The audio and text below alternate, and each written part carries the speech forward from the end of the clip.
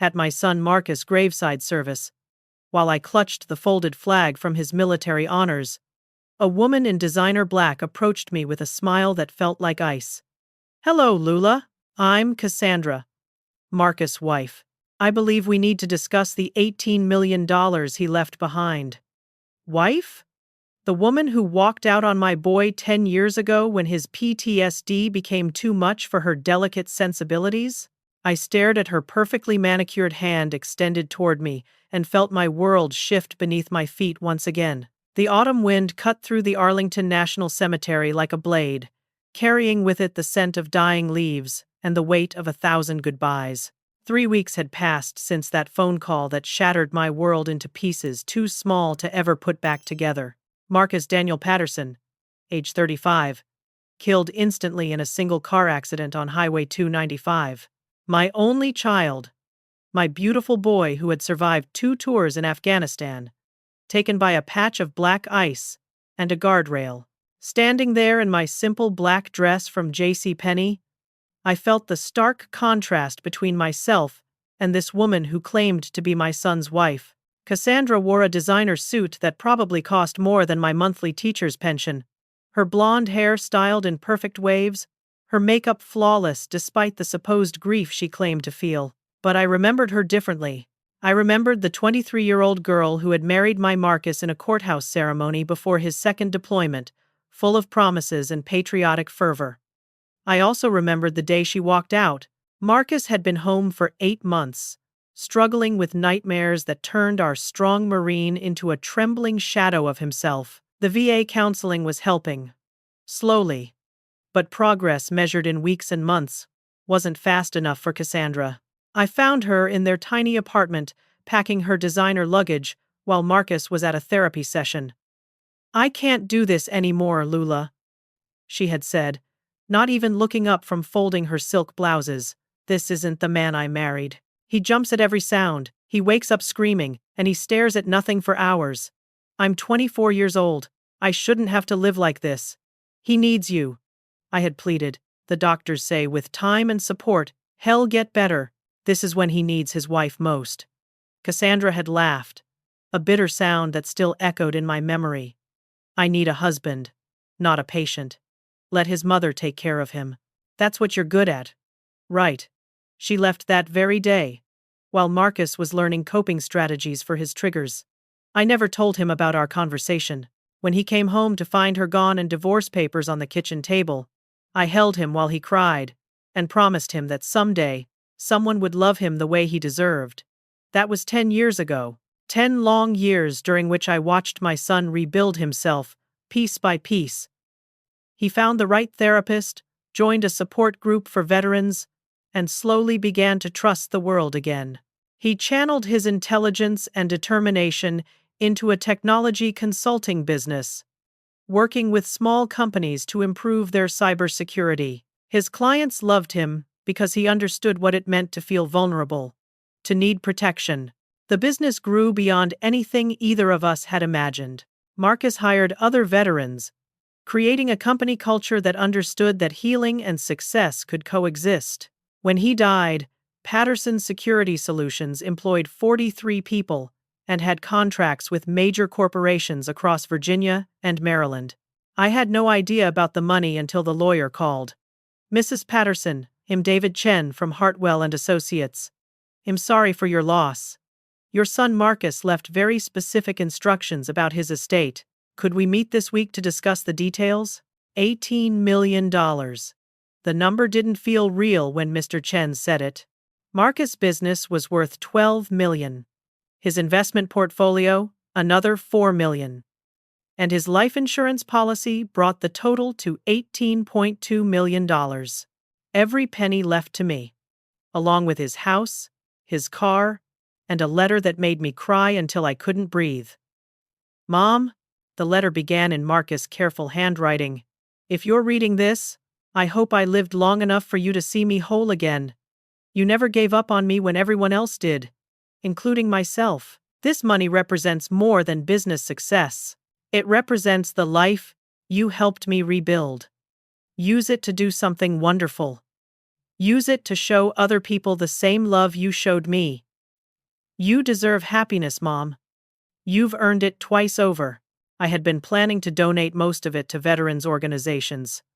Maybe keep enough to pay off my tiny mortgage and ensure I could retire with dignity. I spent sleepless nights thinking about how Marcus would want his legacy used, how I could honor the man he had become rather than the broken boy he had been. Now, standing in this cemetery with Cassandra's cold eyes boring into me, I felt my grief transform into something harder, sharper. This woman who couldn't handle loving Marcus at his most vulnerable now wanted to claim the rewards of the strength she had never helped him build. I don't know what game you're playing, Cassandra, I said, my voice steadier than I felt. But Marcus left his money to me. There's nothing to discuss. Her perfectly painted lips curved into a smile that never reached her eyes. Oh, Lula. I think you'll find there's quite a lot to discuss. You see, Marcus and I never actually divorced. The words hit me like a physical blow.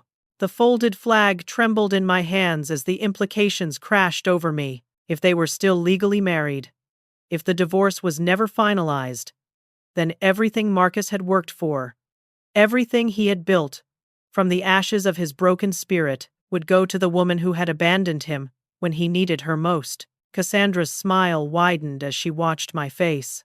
I'll be in touch very soon, Lula. We have so much to talk about. The next morning dawned gray and drizzling, the kind of October day that seems designed to match the bleakness in your soul. I had spent the night alternating between fury and panic, calling Mr. Chen's office every hour until his answering service threatened to block my number. When he finally returned my call at 7 a.m., his voice carried the weight of bad news. Mrs. Patterson, I've spent the night reviewing the divorce decree. I'm afraid there may be some validity to Mrs. Patterson's claim. The final paperwork was never filed with the court. According to Virginia law, they may still be legally married. My coffee cup slipped from my numb fingers, shattering against the kitchen floor of the tiny house where I had raised Marcus alone. The same house where he had come home broken and left whole.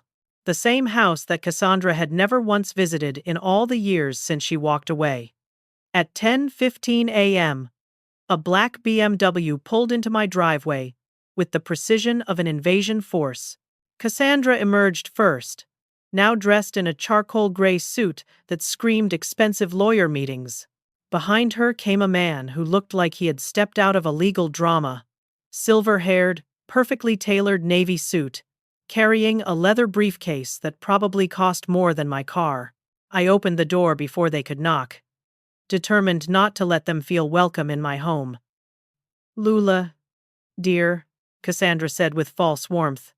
This is Bradford Sterling from Sterling, Walsh, and Associates. Brad is going to help us sort out this unfortunate misunderstanding, Sterling began, pointing to official-looking papers. The divorce between Marcus and Cassandra Patterson was never legally finalized. The paperwork was filed, but never processed through the court system. In Virginia, this means they remained legally married until Marcus' death. I stared at the documents. My teacher's training, helping me process the legal language. It looked official, stamped, and notarized. But something felt wrong about the whole situation. That's impossible, I said. Marcus was careful about everything. He would never have left something this important unfinished. Cassandra dabbed at her eyes with a tissue that stayed mysteriously dry. Oh, Lula. Marcus was going through such a difficult time back then. The poor dear was so confused, so overwhelmed.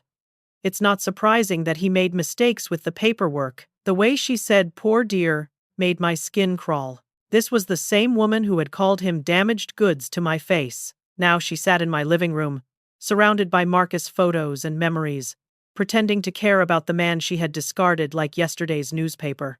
Sterling leaned forward, his voice taking on the tone lawyers use when they think they hold all the cards. Mrs. Patterson, my client is prepared to be reasonable about this situation. As Marcus' legal widow, she's entitled to the entire estate, but she's willing to discuss a settlement that would leave you with a modest inheritance. How modest? I asked, though every word tasted like poison. $1 million.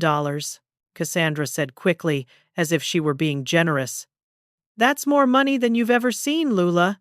You could pay off this little house. Maybe take a nice vacation. 1 million is plenty for someone with your simple needs. 1 million out of 18. Less than 6% of what Marcus had worked his entire adult life to build. Money that would go to fund Cassandra's obviously expensive lifestyle, while veterans organizations went without the donations Marcus had dreamed of making. And if I refuse? I asked. Sterling's smile turned predatory. Then, well, file suit immediately. Legal battles are expensive, Mrs. Patterson. Even if you could afford quality representation, which I doubt on a teacher's pension, these cases can drag on for years. In the meantime, the estate remains frozen. No one gets anything. He reached into his briefcase and pulled out another set of documents, spreading them across the table like a royal flush in poker. But it wouldn't come to that, because I have additional evidence that will make our case unassailable. The new papers looked even more official than the first set. Sterling explained that they were statements from witnesses claiming that Marcus had been planning to reconcile with Cassandra before his death. According to these documents, Marcus had reached out to Cassandra 6 months ago, expressing regret about their separation and interest in rebuilding their marriage. "You're lying," I said, but my voice sounded weak even to my own ears. Marcus never mentioned Cassandra in years. He certainly never said anything about reconciliation. Cassandra's performance shifted into higher gear. More tissues appeared. And this time, her eyes actually glistened with what might have been real tears. He was ashamed, Lula. Ashamed that he couldn't make our marriage work the first time. Marcus was always so proud, you know that. He probably didn't want to tell you until he was sure I would take him back. The words were designed to hurt, and they succeeded. Marcus had struggled with feelings of failure about many things during his recovery. Had he blamed himself for Cassandra leaving? Had he carried guilt about their failed marriage that he never shared with me? Sterling gathered up the papers with the efficiency of a man who had done this many times before. "Think about our offer, Mrs. Patterson. $1 million is a generous settlement under the circumstances, but the offer won't remain open indefinitely. Grief makes people do foolish things, and I'd hate to see you lose everything because of pride." As they prepared to leave, Cassandra turned back to me with what she probably thought was a sympathetic expression. "I know this is hard, Lula, but Marcus would want us to work together. He would want his wife to be taken care of." After they left, I sat in my empty living room staring at the coffee table where Sterling's papers had been spread like weapons of war. The house felt smaller, shabbier, filled with the echoes of threats and manipulation. For the first time since Marcus' death, I felt truly alone. But as I sat there in the gathering darkness, something Sterling had said began to bother me. He had mentioned specific details about Marcus' business. Personal information that wasn't public knowledge. How did Cassandra know so much about Marcus' financial situation? How had she found out about the inheritance so quickly? And why, if they had been in contact for months, as the documents claimed, had Marcus never mentioned her name? Not once, not even in passing. In all our weekly dinners and long phone conversations? The more I thought about it, the more convinced I became that I was missing something important. Something that might change everything. If only I could figure out what it was. Within 48 hours of Sterling's visit, my quiet life became a nightmare of public scrutiny and character assassination. Cassandra had clearly studied the playbook of manipulation with the dedication Marcus had once applied to military strategy. The first attack came through social media. Someone had created a Facebook page called Justice for Cassandra Patterson with a photo of her in her funeral outfit, tearfully holding a picture of Marcus in his military dress uniform. The page described her as a grieving military widow being denied her rightful inheritance by a selfish mother-in-law. Within hours, it had hundreds of shares and dozens of angry comments from strangers demanding I do the right thing. The local news picked up the story by Thursday morning. I discovered this when my neighbor Betty called at 6 a.m., her voice tight with concern.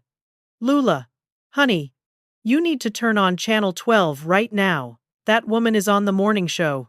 I fumbled for the remote with shaking hands, clicking through channels until I found Cassandra sitting across from morning show host Janet Walsh, a sympathetic expression on her perfectly made-up face.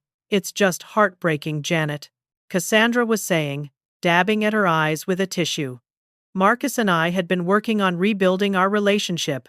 We both knew we had made mistakes when we were younger, but we were ready to try again. We were planning to renew our vows before he died." The host leaned forward with practiced concern.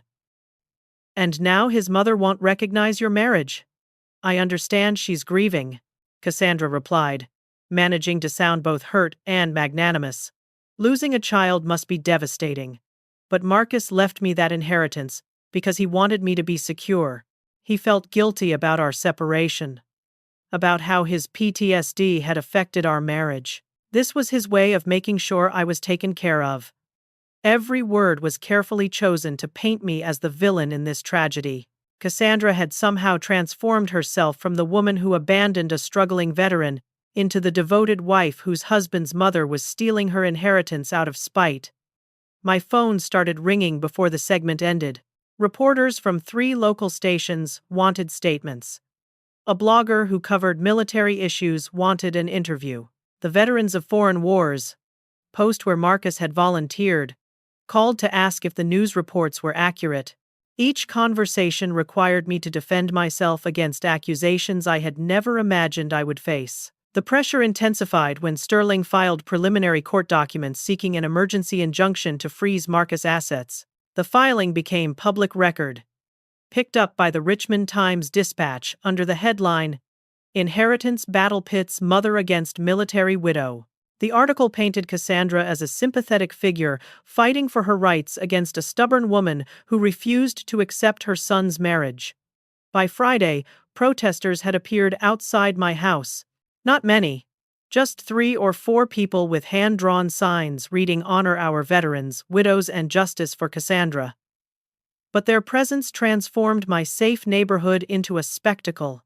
Cars drove by slowly, passengers craning their necks to get a look at the woman who was supposedly stealing from a military widow. The financial pressure was almost worse than the public humiliation. Sterling's injunction meant that all of Marcus' accounts were frozen while the court reviewed Cassandra's claim. The legal fees for fighting this battle would consume what little savings I had accumulated over 40 years of teaching. Mr. Chen, Marcus' original lawyer, had already explained that his small practice wasn't equipped to handle a complex inheritance dispute against a firm like Sterling's. That evening, as I sat in my darkened living room with the curtains drawn against the protesters' signs, my doorbell rang. I almost didn't answer it, assuming it was another reporter, or perhaps one of Cassandra's supporters coming to confront me directly. But when I peered through the peephole, I saw Tom Bradley, Marcus' old squad leader, standing on my porch with his wife Susan. Tom and Susan had been regular visitors during Marcus' recovery, part of the military family that had stepped in when his biological family proved insufficient. They brought groceries when Marcus was too anxious to shop, sat with him during panic attacks when I had to work, and celebrated every small victory in his journey back to wholeness. "We saw the news," Tom said, simply when I opened the door. "Wanted you to know we don't believe a word of it." Susan wrapped me in a fierce hug that smelled like her familiar lavender perfume and felt like the first genuine comfort I had received in days. "That woman's lying, Lula." Marcus never mentioned reconciliation to any of us, and you know he would have talked to Tom about something that important. "Hello. I'm delighted to assist you with our voice services. Choose a voice that resonates with you, and let's begin our creative audio journey together." About 6 months ago, Marcus started getting strange phone calls. Someone was asking questions about his business, his finances, whether he was married. He thought it might be identity theft, so he asked me to help him look into it. Susan reached across the table to squeeze my hand. The calls were traced back to a private investigator in Richmond. Someone had hired him to gather information about Marcus' assets and personal life. "Marcus was planning to tell you about it," Tom continued, "but he wanted to find out who was behind the investigation first. He was worried it might be connected to some of his government consulting contracts. We never found out who hired the PI. But now we know, I finished, pieces clicking together in my mind. Cassandra has been planning this for months. She knew about the inheritance before Marcus died. The realization hit me like a physical blow. Cassandra hadn't simply shown up at the funeral opportunistically. She had been researching Marcus' wealth, probably waiting for the right moment to make her claim. The question was whether she had simply been monitoring him from afar, or if she had taken more active steps to ensure she would inherit his money. That night, after Tom and Susan left, I made a decision that would have terrified me a week earlier. I was going to fight back. Cassandra might have expensive lawyers and a compelling story for the media, but she didn't have the truth on her side. And if there was one thing 40 years of teaching had taught me, it was that the truth eventually comes to light, no matter how many lies people pile on top of it. I just had to survive long enough to find it. Sterling's demand for a settlement meeting at my house arrived on Monday morning via certified mail, along with additional court documents that made my stomach churn. The language was dense with legal threats, but the message was clear. Accept their reduced offer of $500,000 or face a protracted legal battle that would leave me with nothing. $500,000. They had cut their already insulting offer in half. Confident that the media pressure and mounting legal costs had weakened my resolve, the letter gave me 48 hours to decide, after which they would pursue all available legal remedies with maximum prejudice. I spent Tuesday morning calling every attorney I could find in the Richmond area, but the responses were depressingly similar. Cases like this required significant upfront costs and months or years of litigation. Most lawyers wanted retainers of $50,000 or more just to begin fighting Sterling's firm. The few who were willing to work on contingency admitted they were outgunned against a prestigious Boston legal team. By Tuesday evening, I was seriously considering surrender. The alternative seemed to be losing everything anyway.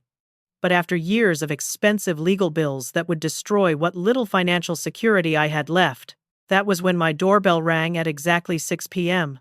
Through the peephole, I could see Cassandra's BMW parked in my driveway once again, with Sterling emerging from the passenger seat carrying his ever-present briefcase. Cassandra herself stood at my front door, wearing a navy blue designer suit and an expression of supreme confidence. She looked like a woman who knew she had already won.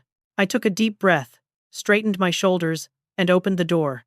"Hello, Lula," Cassandra said with a smile that was all teeth and no warmth. "I hope you've had time to consider our generous offer. Brad has brought the settlement papers for your review." Sterling stepped forward with the practiced ease of a man accustomed to intimidating opponents into submission. "Mrs. Patterson, I trust you've had time to consult with counsel and recognize the wisdom of resolving this matter quickly. Litigation would be expensive and painful for everyone involved." "I've made my decision," I said, surprised by how steady my voice sounded. Cassandra's smile widened. "Wonderful. I knew you'd be reasonable in the end. Brad, why don't you spread out the papers on the coffee table like last time?"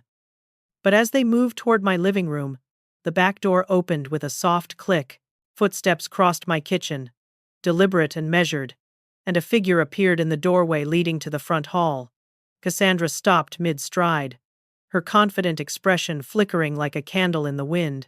Sterling, who had been reaching for his briefcase, froze with his hand halfway to the handle. Standing behind me, wearing jeans and a simple gray sweater, was a woman in her early 40s, with short brown hair and intelligent eyes that missed nothing. She wasn't particularly tall or imposing, but something about her presence filled the hallway with quiet authority. "Hello, Catherine," the woman said calmly, her voice carrying just a hint of southern accent. "It's been a long time." The color drained from Cassandra's face so quickly I thought she might faint. Her mouth opened and closed twice before any sound emerged, and when it did, her voice was barely above a whisper. "Sarah." Sterling looked between his client and the newcomer with growing confusion and alarm. "Cassandra, who is this person? How do they know your name?" The woman stepped forward and extended her hand to me with a warm smile. "Mrs. Patterson." I'm Detective Sarah Hartwell with the Richmond Police Department. I was a friend of Marcus. I hope you don't mind me using your back door, but I thought it would be better if we could all have this conversation together. Detective. The word hung in the air like smoke, changing the entire dynamic of the room in an instant. Cassandra pressed herself against the wall as if trying to disappear into the floral wallpaper, while Sterling's professional composure cracked visibly. I don't understand, Sterling said, but his voice lacked its earlier confidence. What does Richmond PD want with a civil inheritance matter? Sarah's smile never wavered, but her eyes remained fixed on Cassandra with laser focus. Oh, I think Catherine can explain that better than I can. Can't you, Catherine? My name is Cassandra, came the weak protest. But even Sterling looked skeptical now. Is it? Sarah asked mildly. Because the woman I knew 10 years ago was named Catherine Walsh. Same face, same voice, same talent for finding wealthy men in vulnerable situations. The silence that followed was deafening. Sterling stared at his client as if seeing her for the first time, while Cassandra herself seemed to shrink before our eyes. Gone was the confident widow demanding her rightful inheritance. In her place stood a woman who looked like she was calculating escape routes. Sarah pulled a small notebook from her back pocket and flipped it open with practiced ease. Catherine Walsh, also known as Cassandra Patterson, also known as Kathy Wilson. Born in Tampa, Florida, 42 years ago. 3 marriages to wealthy or well-insured men, all ending in mysterious circumstances and significant insurance payouts. This is ridiculous, Sterling sputtered, but his briefcase remained unopened in his hands. I don't know what game you're playing, detective, but my client's name is Cassandra Patterson, and she has documentation proving her marriage to Marcus Patterson. Oh, I'm sure she does, Sarah agreed pleasantly. Catherine has always been very good at acquiring documentation. The question is whether that documentation was obtained legally. She turned to face Cassandra directly, and I saw something in the detective's eyes that made me take an involuntary step back. This was a woman who had seen the worst of human nature and learned to recognize it instantly. You made a mistake coming back here, Catherine. A big one. You see, Marcus contacted me 6 months ago when he started getting those investigative calls about his assets. He was worried about security clearances for his government contracts.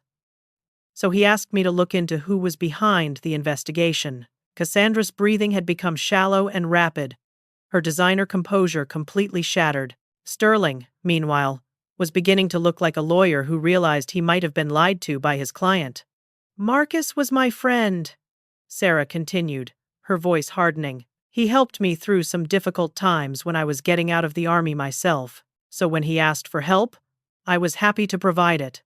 What I found was very interesting. She flipped a page in her notebook and continued. The private investigator who was asking questions about Marcus was hired by someone using the name Cassandra Stevens, paid with a credit card registered to an address in Jacksonville, Florida, the same address where Catherine Walsh was living under an assumed name, while her third husband's life insurance claim was being investigated. The room felt like a pressure cooker ready to explode. Sterling's face had gone pale as the implications became clear, while Cassandra looked like a trapped animal searching for an exit. But here's the really interesting part, Sarah said, her smile taking on a predatory quality. 2 weeks ago, the Jacksonville Police Department issued a warrant for Catherine Walsh's arrest on charges of insurance fraud, identity theft, and conspiracy to commit murder. That was when Cassandra bolted. She spun toward the door with surprising speed. But Sarah was faster. Years of police training kicked in as she moved to block the exit, forcing Cassandra to stumble backward into Sterling, who dropped his briefcase in confusion. Going somewhere? Catherine, Sarah asked, pulling a set of handcuffs from her belt, because I have some people in Jacksonville who are very eager to speak with you. The handcuffs, clicking around Cassandra's wrists, made a sound I will never forget, like justice finally finding its voice after years of silence. She didn't struggle as Sarah read her rights, but the look in her eyes had transformed from panic to cold calculation. Even caught red-handed, she was already planning her next move. Sterling stood in my hallway, clutching his briefcase like a shield. His expensive suit wrinkled and his confidence completely evaporated. "Detective, I had no knowledge of my client's alleged criminal history. If she misrepresented her identity to my firm, save it for your own lawyer," Sarah said curtly, securing the handcuffs. "You're going to need one. Presenting forged documents in a legal proceeding is a felony in Virginia." Counselor, while Sarah called for backup, I found myself staring at the woman I had known as Cassandra Patterson. Without her confident demeanor and practiced charm, she looked smaller, older, more ordinary. It was hard to believe this unremarkable person had caused so much destruction in so many lives. "Her real name is Catherine Walsh," Sarah explained as we waited for the patrol car. 42 years old. Originally from Tampa, this isn't her first time targeting military families. And it certainly isn't her first time forging marriage documents. The next 2 hours passed in a blur of police activity. Backup officers arrived to take Catherine into custody, while Sarah began explaining the scope of the investigation that had been building for months. My quiet living room became a command center filled with evidence folders, photographs, and documents that painted a picture of calculated predation spanning over a decade. "Marcus first called me in April," Sarah explained once Catherine had been taken away. "He was getting strange phone calls, questions about his business, finances, and personal life.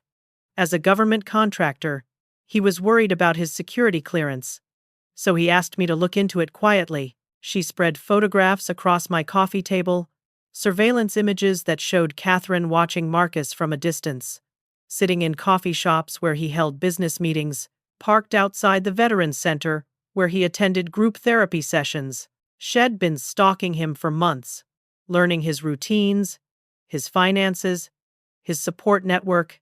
Catherine is very good at identifying vulnerable targets and gathering intelligence before she makes her move. The files Sarah showed me revealed a pattern that was both sophisticated and horrifying. Catherine had perfected a system of targeting recently widowed or divorced men with significant assets, particularly veterans who might be isolated or struggling with mental health issues. She would spend months researching their backgrounds, then engineer seemingly accidental meetings that blossomed into whirlwind romances. Her first victim was Robert Chen, a retired Air Force colonel in Tampa. Sarah continued, pointing to a photograph of a distinguished-looking man in his 50s. Recently divorced, lonely, substantial pension and life insurance. She married him after 3 months of courtship. He died in a boating accident 6 months later. The second case was even more disturbing.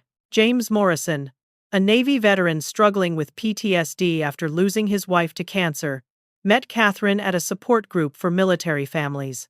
She convinced him to increase his life insurance and change the beneficiary to her just weeks before he died, in what authorities initially ruled a suicide. "The third husband was the one that got our attention," Sarah explained. David Stevens in Jacksonville was a retired Marine with a successful construction business. When he died in what looked like an accidental fall from scaffolding at a job site, his children from his first marriage became suspicious about the timing. The Stevens family hired their own investigators, who discovered that Catherine had been systematically isolating David from his children while gaining control of his finances. Security cameras from a nearby business captured footage of Catherine at the construction site shortly before David's fatal accident. Despite her claims that she had been shopping 20 miles away, that's when Jacksonville PD called us, Sarah said. They were building a murder case and wanted to know if she had other victims. When they ran her fingerprints through the national database, Marcus' name came up because of the private investigator inquiry. My hands shook as I processed the implications. "Are you saying she was planning to kill Marcus too?" Sarah's expression grew grim. "I think Marcus' death wasn't as accidental as it appeared. The state police are reopening the investigation based on what we've found." She showed me photographs from the accident scene, technical diagrams that meant nothing to me but clearly told a story to her trained eyes. Marcus had died when his car hit black ice on a remote stretch of highway during what should have been a routine drive home from a client meeting. Catherine had rented a car that same evening, under another false name. We have security footage of her following Marcus from his office. The accident happened on a curve where she could have forced him off the road without leaving obvious evidence of contact between vehicles. The room spun around me as the full horror of what Sarah was describing sank in. My son hadn't died in a random accident. He had been murdered by a woman who saw him as nothing more than a financial target, a problem to be eliminated once she had positioned herself to inherit his wealth. But they were divorced, I said weakly. The paperwork. Sarah pulled out another folder, this one containing documents that looked identical to the ones Sterling had shown me. All forged. Very good forgeries, but forgeries nonetheless. Catherine has connections with people who specialize in creating false legal documents. The real divorce was finalized 10 years ago, just as Marcus believed. Sterling had been duped along with everyone else, manipulated into presenting fabricated evidence in court by a client whose entire identity was a lie. The prestigious Boston law firm he claimed to represent had never heard of him. Bradford Sterling was as much a fraud as his client, probably another criminal Catherine had recruited to add legitimacy to her scheme. So the inheritance, I began, is legally yours. Just as Marcus intended, Sarah confirmed. Catherine had no claim to anything. This whole elaborate scheme was based on lies from beginning to end. As we sat in my living room, surrounded by evidence of Catherine's crimes, I felt a complex mixture of relief, grief, and rage. Relief that Marcus' wishes would be honored, grief for the man whose life had been stolen by greed, and rage at the calculated cruelty of someone who could smile at a funeral while planning to profit from the death she had caused. But there was something else, something unexpected. For the first time since Marcus' death, I felt proud of the man he had become. Even in his final months, sensing danger but not understanding its full scope, he had reached out for help. He had trusted the right people and left a trail that would eventually lead to justice. There's one more thing, Sarah said, pulling a sealed envelope from her jacket pocket. Marcus asked me to give this to you if anything happened to him. I was planning to wait until after the funeral, but given everything that's happened, I opened the envelope with trembling fingers, recognizing Marcus' handwriting immediately. Mom, the letter began. If Sarah is giving you this, it means something bad has happened, and my suspicions were correct. I've been worried about someone from my past trying to cause trouble, so I've taken some precautions. Sarah knows where to find all the evidence I've gathered. Trust her completely. She's one of the good ones. Don't let anyone take advantage of your grief. You're stronger than you know, and I'm proud to be your son. By the time I finished reading, tears were streaming down my face. But for the first time in weeks, they weren't tears of despair. They were tears of gratitude for a son who had protected me even from beyond the grave, and for a friend who had kept his promise to see justice done. The next 6 months transformed my quiet life into something resembling a legal thriller, but this time, I was on the winning side. The investigation into Catherine Walsh expanded rapidly as law enforcement agencies across 3 states coordinated their efforts to unravel a criminal enterprise that had been operating for over a decade. The evidence Sarah and her colleagues gathered was overwhelming. In addition to the forged marriage documents and fabricated witness statements, investigators discovered that Catherine had been using at least 5 different identities to establish credit histories, rent apartments, and create paper trails for her various schemes. Her real name was actually Catherine Williams, and she had been running these marriage fraud operations since she was in her 20s. Bradford Sterling, the supposed high-powered attorney, turned out to be Catherine's boyfriend and partner in crime. His real name was Bradley Walsh, no relation to Catherine despite the shared surname, and he was a disbarred lawyer from Florida who specialized in creating convincing legal documents for various criminal enterprises. The prestigious Boston firm he claimed to represent had never heard of either of them. Hello! I'm delighted to assist you with our voice services. Choose a voice that resonates with you, and let's begin our creative audio journey together. Families of Catherine's previous victims came forward to testify about the systematic way she had manipulated and isolated their loved ones. The prosecution painted a picture of a predator who used grief and loneliness as weapons, targeting men when they were most vulnerable and eliminating them once she had positioned herself to benefit from their deaths. Catherine's defense team tried to argue that the deaths were coincidental, that she had simply been unlucky in love with a series of men who died in accidents. But the evidence was overwhelming, and the jury deliberated for less than 4 hours before returning guilty verdicts on charges of murder, conspiracy, fraud, and identity theft. When the judge sentenced Catherine to life in prison without the possibility of parole, I felt something I hadn't expected: pity. Watching this woman who had caused so much destruction being led away in handcuffs, I couldn't help but think about all the lives that could have been saved if she had chosen a different path. Marcus could have lived to see 60, could have married and had children, could have continued helping other veterans heal from their wounds. Bradley Walsh received 20 years for his role in the conspiracy, and several other accomplices who had helped create false documents were sentenced to prison terms ranging from 5 to 10 years. The network Catherine had built to support her crimes was dismantled completely. But perhaps the most satisfying moment came when the court officially validated Marcus' will and confirmed that his entire estate belonged to me, just as he had intended. The judge's ruling was scathing in its condemnation of the fraud that had been perpetrated against both Marcus and me, noting that the attempt to steal his inheritance was a particularly cruel exploitation of a mother's grief. Throughout the legal proceedings, I discovered strength I never knew I possessed. Testifying against Catherine required me to relive the worst moments of the past year, but I found my voice growing stronger each time I spoke Marcus' truth in that courtroom. The scared, overwhelmed woman who had been intimidated by Sterling's threats no longer existed. In her place was someone who had learned to fight for what was right. The media attention brought unexpected benefits as well. Other families who had lost loved ones in suspicious circumstances reached out to share their stories, and several cold cases were reopened based on new evidence that emerged during Catherine's investigation. Marcus' death had been the key that unlocked a pattern of murders spanning over a decade, bringing closure to families who had waited years for answers.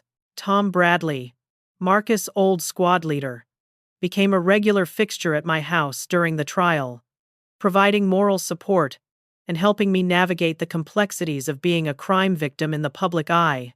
His wife, Susan, helped me handle the flood of media requests and mail from strangers who had been following the case. "Marcus would be proud of how you handled this," Tom told me after the sentencing. "You didn't just get justice for him, you got justice for all of Catherine's victims. That takes courage." As autumn returned and the anniversary of Marcus' death approached, I found myself in an unexpected position. The money Marcus had left me was finally mine to use as he had intended, free from the cloud of Catherine's fraudulent claims. But more importantly, I had learned that I was capable of far more than I had ever imagined. The shy teacher who had been afraid to challenge authority figures had become an advocate for victims' rights. The woman who had lived quietly in the shadow of others had found her voice in the most public of forums. The mother who had lost her only child had discovered a new purpose in honoring his memory. Marcus' legacy wasn't just the money he had earned or the business he had built. It was the strength he had shown in overcoming his own trauma and the courage he had given me to overcome mine.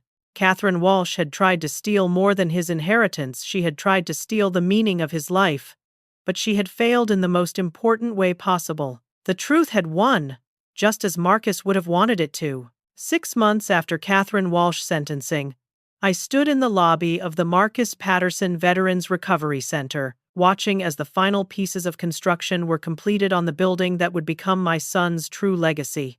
The $18 million that Catherine had tried to steal was being transformed into something Marcus would have loved: a comprehensive support center for veterans struggling with PTSD and their families. The center wasn't just my dream. It had grown from conversations with dozens of veterans and their loved ones who had reached out during the trial. They shared stories of inadequate resources, long waiting lists for mental health services, and the kind of isolation that had once threatened to consume Marcus himself. Together, We designed a facility that would address not just the symptoms of trauma, but the whole person struggling to heal. Sarah Hartwell had become more than just the detective who solved Marcus' case. She had become the closest friend I had made in years.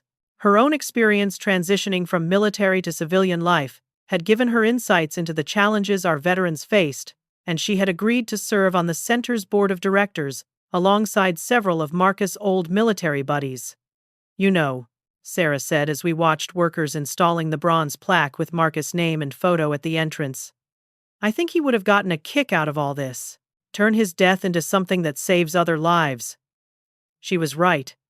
Marcus had always looked for ways to transform his pain into purpose, his struggles into strength that could help others.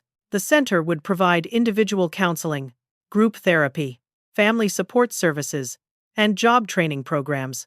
But most importantly, it would be a place where veterans could find the kind of community that had saved Marcus' life after Cassandra first abandoned him. The grand opening ceremony was smaller than the media attention might have suggested, but it was perfect.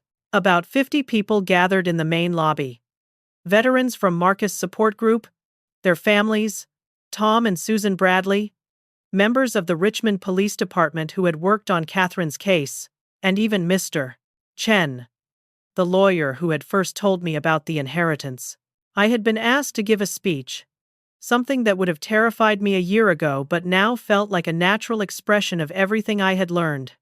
"Marcus once told me that healing isn't about forgetting your wounds," I began, my voice carrying clearly across the assembled crowd. "It's about learning to use your scars to help other people find their way out of the darkness. This center exists because my son understood that the strongest people aren't those who never fall down. They're the ones who get back up and then turn around to help the next person do the same."